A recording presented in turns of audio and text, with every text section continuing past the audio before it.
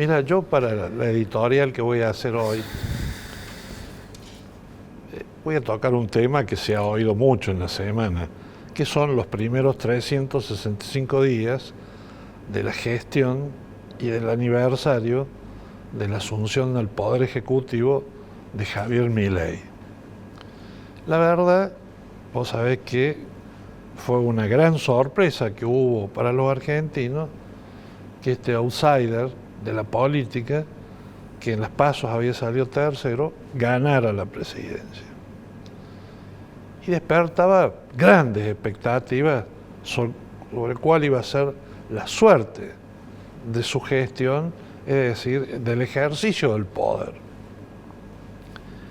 Fíjate que él había asumido haciendo una campaña muy dura, prometiendo un ajuste, que al principio, para aquellos que son analistas políticos o politólogos, decían, con esta promesa de ajuste no saca un voto. Sin embargo, esta política de ajuste austera le permitió arrasar en las elecciones. Fíjate, y además hay un mérito, él había formulado un plan de gobierno a partir de eliminar el impuesto más perverso que pagan los argentinos, porque es invisible, pero se siente en el bolsillo, que era la inflación y la inseguridad. Y lo cierto es que la inflación está bajando y la inseguridad, no digo que esté extinguida, pero también va retrocediendo. Y digo esto porque me gusta en estos 41 años de democracia ver cuál ha sido el criterio de los argentinos para votar un presidente. Fíjate, primero arranco por Alfonsín. ¿Vos te acuerdas? Alfonsín hizo una campaña electoral recitando el preámbulo de la Constitución. Él decía que con la Constitución se come, se educa, se sana, etc. Y Alfonsín era recitar el preámbulo era prácticamente un catálogo de ilusiones. Tuvo que irse 6 meses antes de que terminara el periodo legal de él, o sea, anticipó la entrega del poder, con una inflación que ese año había llegado al 2000% anual, es decir, todo lo que él había, cambio de moneda, todo lo que él había prometido con el preámbulo, no hubo ninguna concreción. Después vino Menem, que yo el único recuerdo que tengo de la campaña de Menem era, síganme que no los voy a defraudar. ¿Querés algo más genérico que eso? Porque detrás de síganme que no los voy a defraudar, podía taparse cualquier cosa. Sin embargo, el presidente Menem fue electo 2 veces por el pueblo argentino. Después vino de la Rúa, que venía, según él, a sanear de moral, la moral del gobierno, acompañado por Chacho Álvarez, que era su vicepresidente, y este Chacho Álvarez empezó que las coimas del Senado, que habían querido coimear a los senadores para modificar la ley de contrato de trabajo, etc.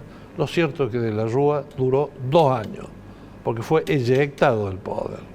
Después de la Rúa vino Eduardo Duhalde, que tenía aspiraciones de tener un periodo presidencial normal, pero la muerte de 2 obreros ferroviarios, me parece que eran Costecchi y Santillán, cortaron esas aspiraciones, tuvo que anticipar la entrega del poder, y después vinieron 16 años del latrocinio, del robo organizado del poder más grande de la historia, y sobre todo jamás la Argentina conoció en una forma tan expresa, tan evidente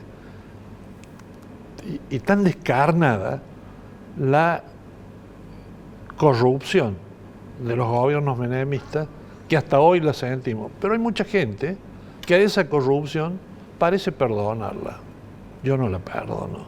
Ni nadie podría perdonar la corrupción ejemplificada en la presidenta condenada con doble conforme, con 6 años y con inhabilitación absoluta para ejercer cargos públicos. Te confieso que los otros días, simultáneo con el discurso por cadena nacional del presidente Milei, vi cuando ella asume la presidencia del Partido Peronista, en una mesa que estaba ella, Kicillof, su hijo Máximo y 2 o 3 dirigentes más. Cuando vi eso, te confieso que me agarró el horror. Yo digo, antes de votar eso, que es lo viejo, re viejo, de la política argentina, me inclino por el payaso, ¿cómo que se llama este payaso que le gusta a los chicos? Bah, no me voy a acordar. ¿Piñón fijo? Piñón fijo. Prefiero votarlo a piñón fijo y no a esos sujetos, porque sería votar a antes, yo te diría de 1810, volver para atrás. Me ciño a lo que yo creo que han sido los logros más marcados de la gestión de Milei y que se los reconozco. Primero, el combate a la inflación, que en el mes de noviembre, según estadísticas y censos, fue el 2.4%. Cuando el año pasó en diciembre, por comparación, había sido el 25%. Fue para mí extraordinario. Después, la instauración del orden.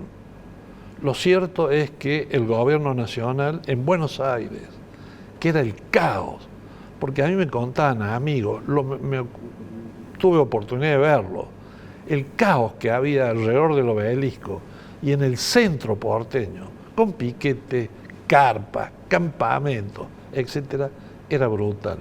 Hoy, todo el mundo en Buenos Aires, propios y extraños, dicen, se vive en paz. Se recuperó el orden. Sin orden no hay libertad, no hay progreso. Eso quedó erradicado. Y después la ministra de Seguridad tuvo el buen tino de que en Rosario ayudara con una política inteligente a bajar el crimen organizado, del narcotráfico, etcétera. Después también una cosa que poco la señalan, pero yo sí la señalo, restauró el honor y la dignidad de las Fuerzas Armadas, que para mí era muy importante. Los kirchneristas habían humillado al ejército, a la aviación y a la marina. Milei, a través de su ministro de Defensa, el doctor Luis Petri, la ha restaurado. Y es importante tener un ejército digno y de honor.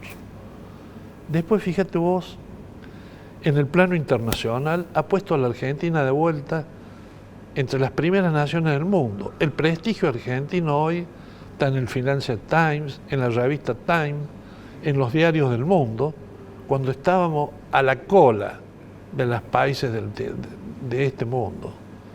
Él la ha puesto en un lugar de prestigio. Quinto, ha reducido la burocracia. Según él, en su discurso, ha hecho 33.000 empleados de organismos inútiles que no servían nada más que para acomodar compromisos políticos, gente que no tenía otro mérito que apoyar a través de actos, concurrencia a piquete y demás al gobierno, pero que no prestaba ningún servicio útil al Estado. Y yo creo que también, para ser sintético, acabó con otro mal brutal que trajo el kirchnerismo, y sobre todo Alberto Fernández. Terminó con los gerentes de la pobreza. Todos los días vemos el señor Beliboni, el señor Pérsico, el señor Grabois, que les encuentran desvío de sumas multimillonarias. Claro, administraban la pobreza de los pobres, pero ellos se hacían cada vez más ricos. Y además los extorsionaban con un sistema perverso de que cobraban si concurrían a piquete y hacían las actividades más humillantes. Luego, yo creo que donde esas han sido las fortalezas, breves pero sintéticamente enunciadas, pero hay algo que falta, como debilidad, digo yo, que es que los argentinos, clase media y clases bajas, el presidente el martes, al enunciar los logros de su gestión, dijo que hemos comenzado la recuperación de la economía y del progreso.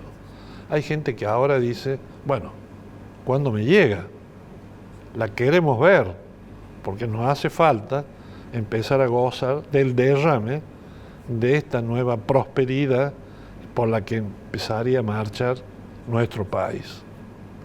Tenía otro tema preparado, pero vos sabés que el tiempo acá es muy breve.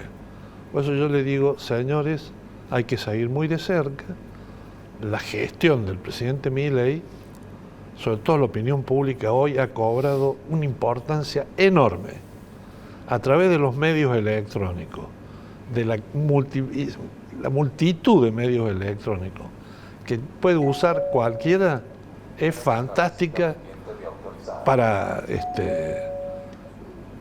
corregir errores y sobre todo para juzgar en las próximas elecciones de medio término, que son el año que viene.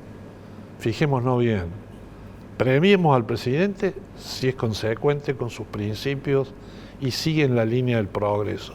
Y si no, como dije muchas veces, el voto, así como sirve para premiar, sirve también para castigar.